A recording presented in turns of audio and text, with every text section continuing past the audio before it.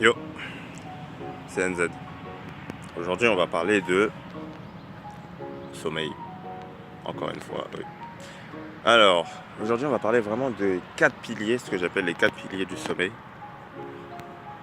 Donc, selon moi, il y a 4 choses, on va dire 4 métriques sur lesquelles tu peux jouer pour essayer d'augmenter la qualité de ton sommeil.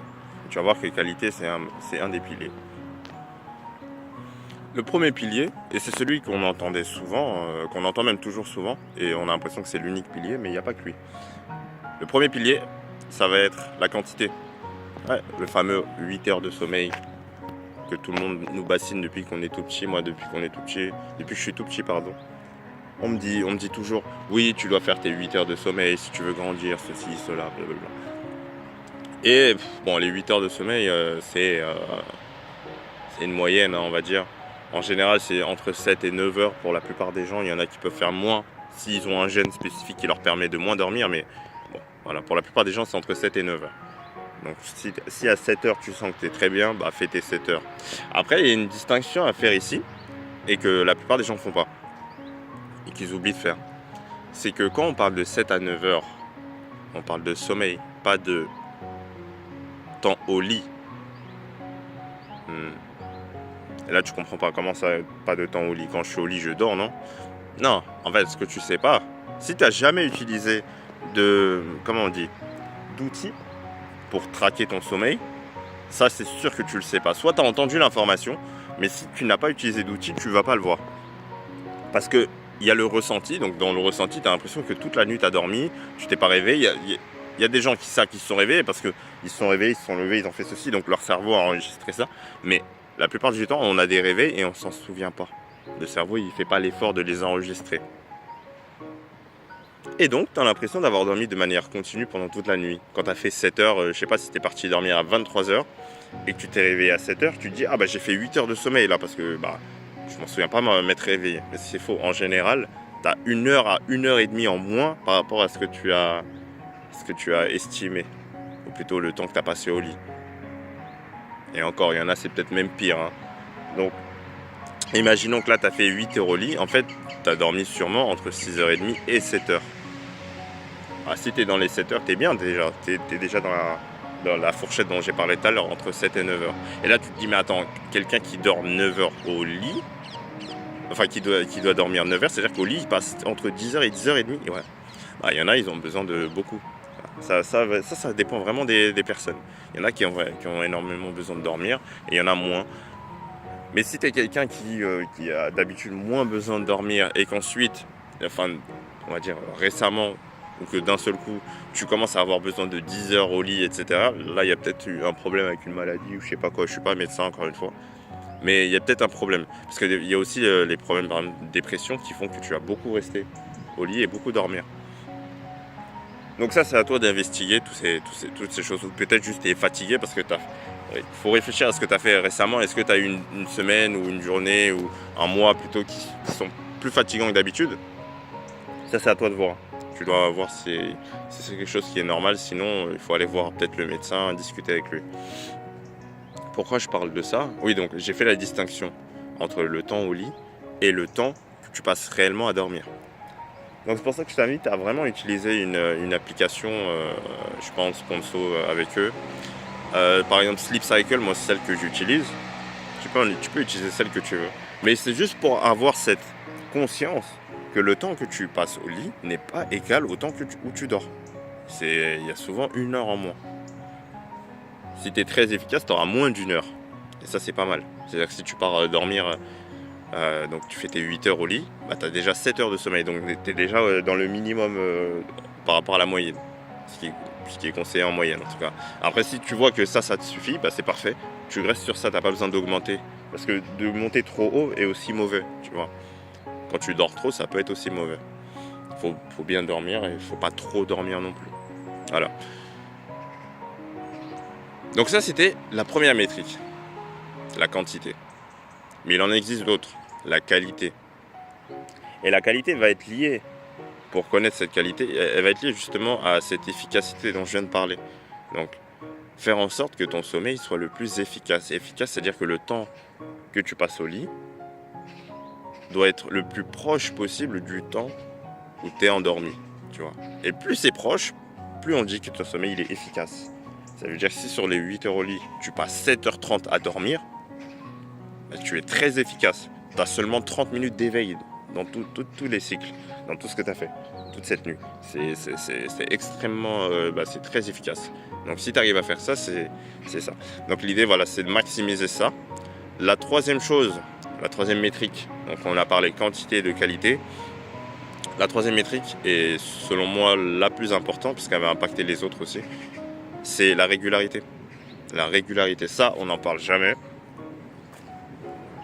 On n'en parle jamais. Mais le plus important, c'est d'être régulier. Ça veut dire que quelqu'un qui va dormir à minuit tous les jours, en fait, le truc, c'est que quand tu es régulier, ton corps, il va commencer à anticiper. Par exemple, si tu dors tous les jours à minuit, à 23h, ton corps, il sait très bien. Et quand on dit régularité, c'est au réveil et au coucher, les deux. Donc tu te réveilles toujours à la même heure et tu t'endors toujours à la même heure.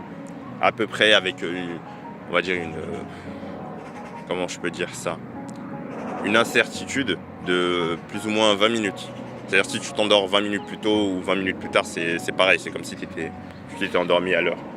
Voilà. Et la même chose, si tu te réveilles 20 minutes plus tôt ou 20 minutes plus tard, c'est pareil aussi. T'es dans les clous, comme on dit. Et donc ce que je disais, c'est que quand la qualité, ou plutôt quand la régularité elle est là, ça va augmenter ta qualité et ta quantité de sommeil, automatiquement. Ton corps va s'ajuster tout seul, parce qu'en fait, comme il est capable d'anticiper, si tu es régulier, il peut être capable d'anticiper. Il sait qu'à minuit tu vas dormir, donc à 23h, il va déjà commencer tous les préparatifs pour faire en sorte que tu t'endormes à minuit. Et comme il a déjà fait tous ses préparatifs, tu t'endors très vite, tu fais tous les cycles bien comme il faut, parce qu'il a tout préparé en avance. Et donc tu te réveilles à l'heure avec la meilleure des qualités, parce qu'il a tout pu faire comme il voulait. Alors que quand c'est un peu le chaos, on va dire, il sait pas si tu vas dormir à 1h, donc il commence des processus, mais finalement il voit que tu es encore sur l'ordi à faire ceci, cela, donc il peut plus continuer les processus, parce que la lumière bleue de l'ordi l'empêche de faire certains processus. Ta température corporelle, oh je me suis excité là, ta température corporelle, elle a augmenté, donc il peut pas faire certains autres processus, tu vois. En fait, quand c'est le chaos et qu'il est perdu, toi, quand tu iras au lit à 1h du matin, là il fait c'est maintenant que ça commence. Donc là, il va commencer les processus. Donc le temps que tu commences à vraiment t'endormir, que tous les processus soient faits, il sera peut-être 2 heures. Ensuite, comme il n'a pas eu le temps de tout bien planifier, tu vas avoir plus de réveil. Enfin, tu vois, ça défonce la qualité et la quantité de ton sommeil. Donc tu perds automatiquement dans les deux quand ta régularité elle est mauvaise. C'est pour ça que c'est le premier truc que tu dois régler. Trouve une heure à laquelle tu pourras dormir tous les jours. Et quand je dis tous les jours, c'est pas la semaine, pas que la semaine, c'est aussi le week-end. C'est de ça qu'on parle pas. En général, le week-end, on se dit moi je veux me lâcher, là je suis au week-end, je peux faire ça. Non, il faut que tu trouves une heure qui te permette de faire la même chose la semaine, donc quand tu travailles, et le week-end. Il faut que ce soit pareil dans les deux. Parce que ce qui se passe, c'est qu'en général, le week-end, tu vas dormir plus tard, donc tu vas te réveiller plus tard. Le dimanche, tu vas refaire le samedi, tu vas faire ça, le dimanche, tu vas faire la même chose. Et le lundi, tu dois te réveiller à l'heure habituelle. Mais ton corps, il est plus habitué pendant 2 jours, tu as déjà fait d'autres heures. Donc maintenant, il se dit, on va se réveiller aux autres heures. Donc quand tu lui demandes de dormir plus tôt, déjà, tu n'arrives plus. Parce que tu as dormi trop tard et donc tu t'es réveillé trop tard. Donc maintenant, il n'a pas eu le temps il n'y a pas le temps d'éveil nécessaire. Et du coup, tu n'arrives pas à dormir à l'heure prévue. Donc tu vas dormir plus tard. Ça va créer en plus une sorte de... Comment on dit ? D'anxiété en fait, parce que être dans le lit comme ça et pas réussir à dormir, c'est anxiogène, ça fait peur. Il y a tes pensées qui commencent à ressasser tout et n'importe quoi, et donc là tu arrives encore moins à dormir, et du coup le lendemain matin tu dois te réveiller plus tôt que ce que tu as fait pendant le week-end en ayant moins dormi que d'habitude, là, tu vois, et tu commences très mal la semaine. Alors que si tu arrives à rester régulier, ton cerveau il aura tout planifié en avance, tu vas avoir un sommeil parfait, tu vas te réveiller parfaitement pour ton travail, si tu as bien choisi ton heure, et tu te sentiras bien, tu n'auras pas tous ces problèmes-là. Donc voilà pourquoi c'est important d'être régulier. C'est le plus important de tous les piliers. Et le dernier pilier, ça va être le timing. Le timing, c'est quoi ? c'est l'heure à laquelle tu pars te coucher. En fait, il faut savoir ce qu'on a. On a tous des chronotypes, c'est-à-dire des heures où notre sommeil va être plus efficace si on dort à ce moment-là. C'est-à-dire que certains vont avoir un chronotype où ils sont plus actifs la nuit, donc ils vont dormir plus tard, ils vont dormir, je sais pas, à 2 heures du matin, et leur corps est fait génétiquement, en fait, ça c'est vraiment génétique, tu peux pas trop le changer, même si tu peux aller à l'encontre, hein, et te forcer à dormir à une autre heure, et si tu es régulier, ton corps va s'habituer, il va suivre ce que tu lui dis. Mais génétiquement, tu es prédisposé à dormir à certaines heures. Donc l'idée serait de trouver, tu peux faire des tests sur internet pour trouver rapidement, ou juste voir comment tu te sens quand tu dors à telle ou telle heure. Mais après il y a le travail, donc il faut prendre ça au compte. Tu vois, si tu es quelqu'un qui est censé dormir naturellement, on va dire, à 2 heures du matin, mais que bon, tu travailles, ça va être dur de faire ça, de suivre ce rythme naturel. Donc ce que tu vas faire, c'est que tu vas te forcer à être régulier sur une heure qui te paraît plus raisonnable, je sais pas, peut-être 23h, minuit. Tu te réveilles, je sais pas, à 7h, tu fais minuit, 7h, mais au moins tu fais minuit, 7h tous les jours. Et cette régularité va venir combler le problème de timing. C'est même plus un problème, hein. Au bout d'un moment, si tu habitues ton corps à ça, à un moment, il oubliera le côté génétique. Mais génétiquement, on a des prédispositions, donc si tu peux t'aligner, c'est ton travail, ta vie te permet de t'aligner à ces prédispositions, déjà il faut les trouver. Si ça te permet de t'aligner, bah fais-le et sois régulier sur ça. Et là, tu auras tous les piliers qui seront solides. Imagine que les piliers, c'est comme les quatre piliers d'une chaise. Les quatre... comment on dit, je sais même plus. Ah, j'ai un trou de mémoire. Bref. En tout cas, imagine que c'est comme une chaise qui a 4 pattes. Si tu as un des piliers qui est cassé, bah la chaise tombe. La chaise, c'est ton sommeil. Bah, c'est la même chose, tu vois. L'idée, c'est vraiment d'essayer de maximiser tous ces piliers, d'avoir des bases solides pour avoir un sommeil solide. Tout en, forcément, sur le côté, essayer d'éviter tous les sleep killers dont je vais te parler dans d'autres vidéos. Oui, parce que j'ai fait des vidéos sur ce qu'on appelle des sleep killers, ce que j'appelle des sleep killers. Des choses qu'il faut plutôt éviter de manière générale si tu veux avoir un sommeil de meilleure qualité. Donc voilà, on a vu les quatre piliers. La quantité, la qualité, la régularité et le timing. Okay, oh là, on dirait que j'ai fait un doigt d'honneur.